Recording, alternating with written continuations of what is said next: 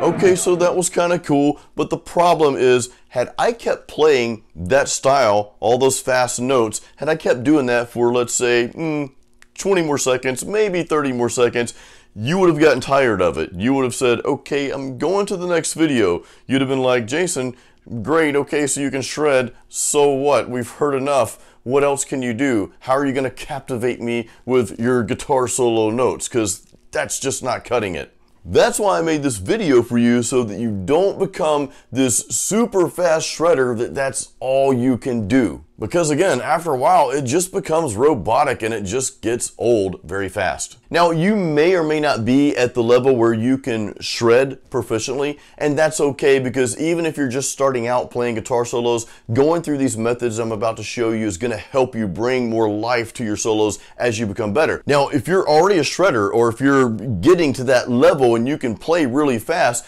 this video is crucial for you, because you already know how easy it is to become overly obsessed with playing super fast all the time. Look, there's a time for it, it's just not all the time. And I'm going to talk a little bit more about that at the end of the video, why this is so important, so make sure you hang around for that, because I've got some good stuff for you. So guys, let's dive right into these methods. I think I've got 6 little licks here that I'm going to show you. Now, I'm not going to throw up any guitar tabs for these, because this is more about you just grasping the concept of these 6 things. Again, I think it's 6 of these 6 things I'm about to show you. So it's more about you just getting that concept down, and I'll show you some cool ways to apply that. So let's get started.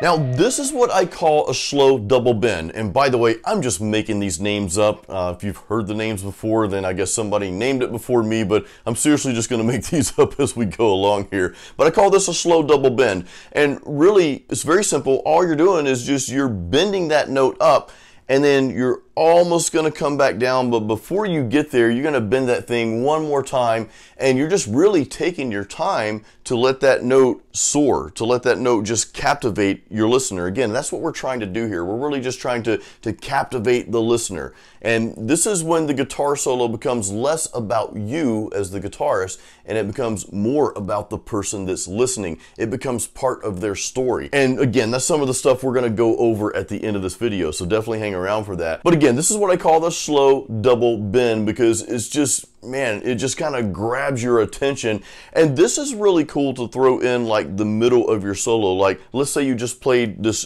cool sweep arpeggio and you landed back at that note, then you go into the slow double bend here before you go into that next maybe fast or melodic piece that you're doing. Now, one quick tip I want to share with you, and this is going to help you through the rest of the methods that we're going to go over. You can see that I'm killing the string noise here by just placing my fingers on the surrounding strings of the string that I'm playing, kind of like what you see here.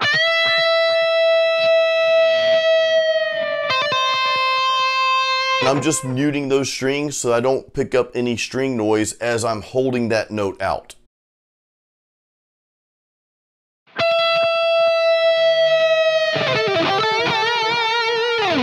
This is what I call a head start bend.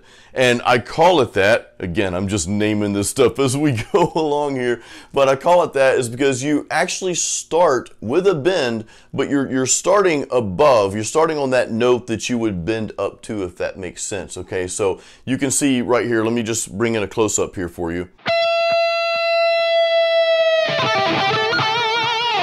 You can see right there, the note that I would normally be bending up to, I'm actually bending the string already before I pick that note. And what I like to do with this little technique, with this method here, is I like to just slowly bring that down and just let that note ring out. And this is one of those things you can just throw in your solo really at any given point. If you're playing like this little riff, or you're playing some kind of melody, and then you just want to stop that melody, and then all of a sudden bring this little bend, this, you know, this head start bend, what I'm calling it, bring that down, it just kind of like punches the listener in the face in a good way.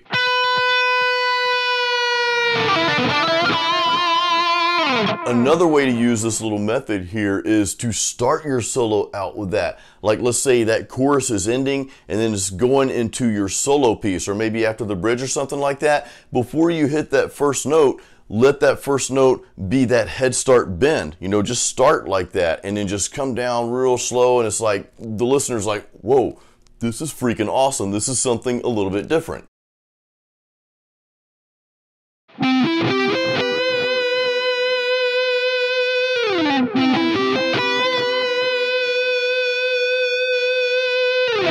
That's what I call a heartfelt arpeggio, and the reason I call it that is because you're not trying to play the typical sweep arpeggio where people are trying to play them as fast as possible.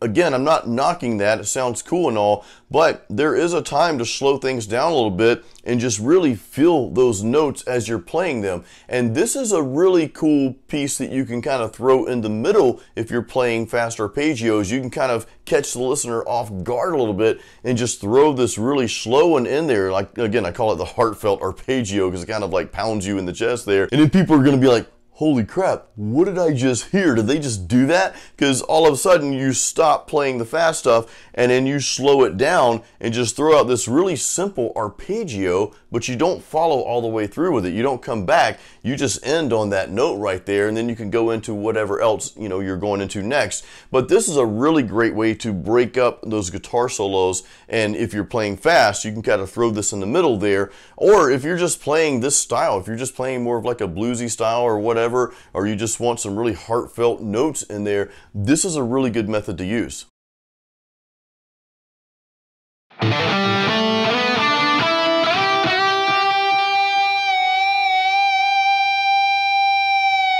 Now this is what I call a melodic walk. And again, I'm just making these names up as we go here. Some of them may come off as a little cheesy, but anyway, I'm starting out really with an open string here, that open A string, before I start fretting those notes.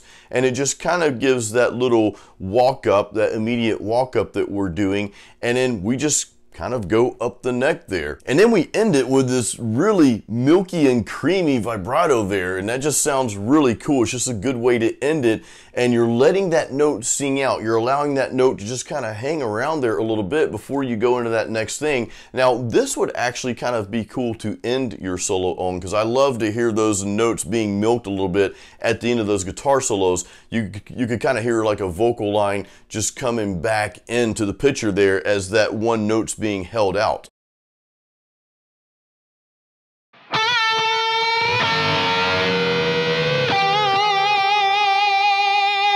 Now I call this the don't be mean bend, which actually is kind of contradicting because the bend sounds kind of mean. You've got those two notes together, but first we're starting out with just one bend there. Now, as you can see, and I'll do a close-up here, I've actually already got my finger on both strings, but I'm only picking that one string to start out with. And then when I come back down, then I'm gonna bend it up again, but I'm gonna put some more power behind it and put some more aggression behind it by picking both of those strings at the same time and just giving that really mean bend. So really, it's a mean bend, but I just call it don't be mean because I don't want you to be mean, and I'm not gonna be mean. But this gives it really that just raw, classic rock and roll sound, and I like to hear this, especially when there's a lot of shredding going on, because again, sometimes when you're shredding up and down the neck, it can start to sound robotic. So throwing in a don't be mean bend like what you just heard, throwing that in the middle of your solo or any part of your solo, it's just gonna break things up, and it's gonna bring more life to your solo so it doesn't sound so mechanical and robotic.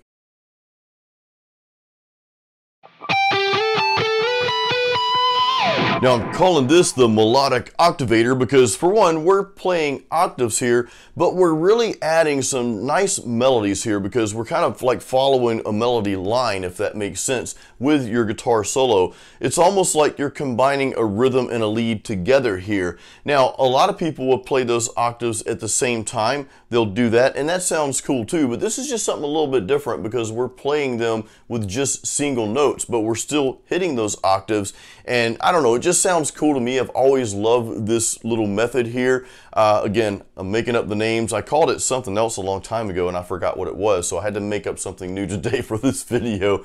But I actually use this quite a bit in some of my guitar solos when I go back and listen to like my first album, Apocalyptic Dreams. There's a song or two where I do this. I think I did this in Masterpiece as well, and one of the heavy metal workout albums, but this is just one of those things that kind of like is really good to throw in the middle of your solo as well, because it really breaks things up. You know, you're hitting those octaves, but you're not doing them at the same time, and you're just carrying this really cool melody line by doing that, by using that method there. So again, this is one of those things that you can kind of just throw in the middle, kind of like a transition from one solo part to the next. And it just gives the solo a little bit of breathing room before you go into that next piece, whether it be fast or slow or whatever. So again, this is something that I like to use like around like the middle of the solo somewhere. Now again, I do not want you guys to think that I am preaching against shred guitar or fast guitar solos. I am not. I love playing fast. I've always loved playing fast. But one of the problems, and this is part of why I'm putting this video out there, it's real easy to get wrapped up in trying to fit as many notes as you can possibly fit into every single second of the guitar solo.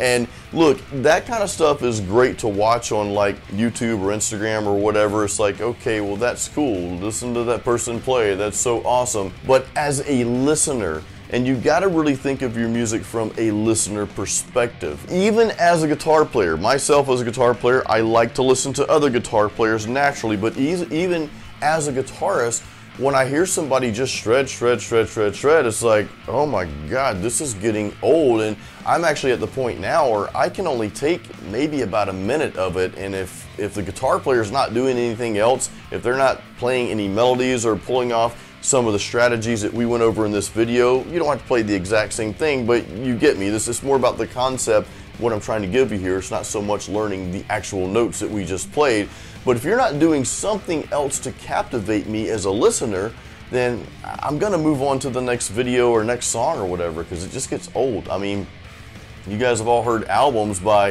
famous guitar players, and I'm not gonna call names out here, that's not what I do, but you guys have all heard albums where it's like, okay, it's great that you can play fast, but didn't you just play that same sweep arpeggio like 2 arpeggios ago? It's like, even though they're playing something different, it just sounds the same, and it becomes very robotic. Now, if that's the sound you're going for, okay, do it, go for it. This video is probably not gonna help you too much, but I think you guys understand what I'm saying. I just want to show you some ways that you can put more feeling into your solos.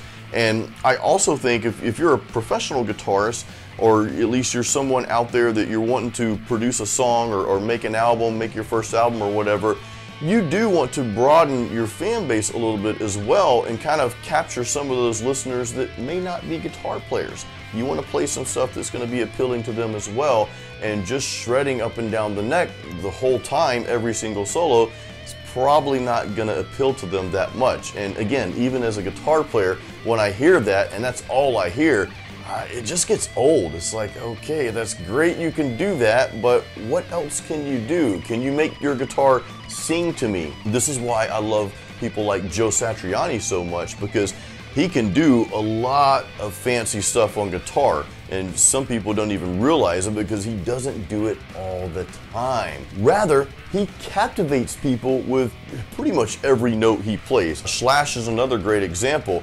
I know Slash is not known to be a super fast guitar player, and he's even admitted to that, but he's like, I really don't enjoy playing fast, so that's just not the path I go down. But what I can tell you about Slash's playing is from that first or second note, you know it's him.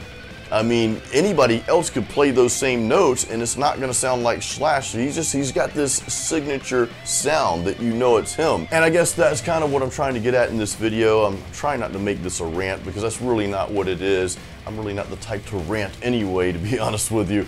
But I just felt the need to make this video mainly because of something I've struggled with in the past. There was a time where really early on in my guitar career where I started out playing fast guitar solos. I was known for that, but then there was this pretty big block of time where that's all I did. It's like, okay, here's Jason's solo. It's like people knew that I was just gonna throw up on them with a bunch of guitar notes. And you know, I had a good friend say to me, he's like, hey, can you play anything slow?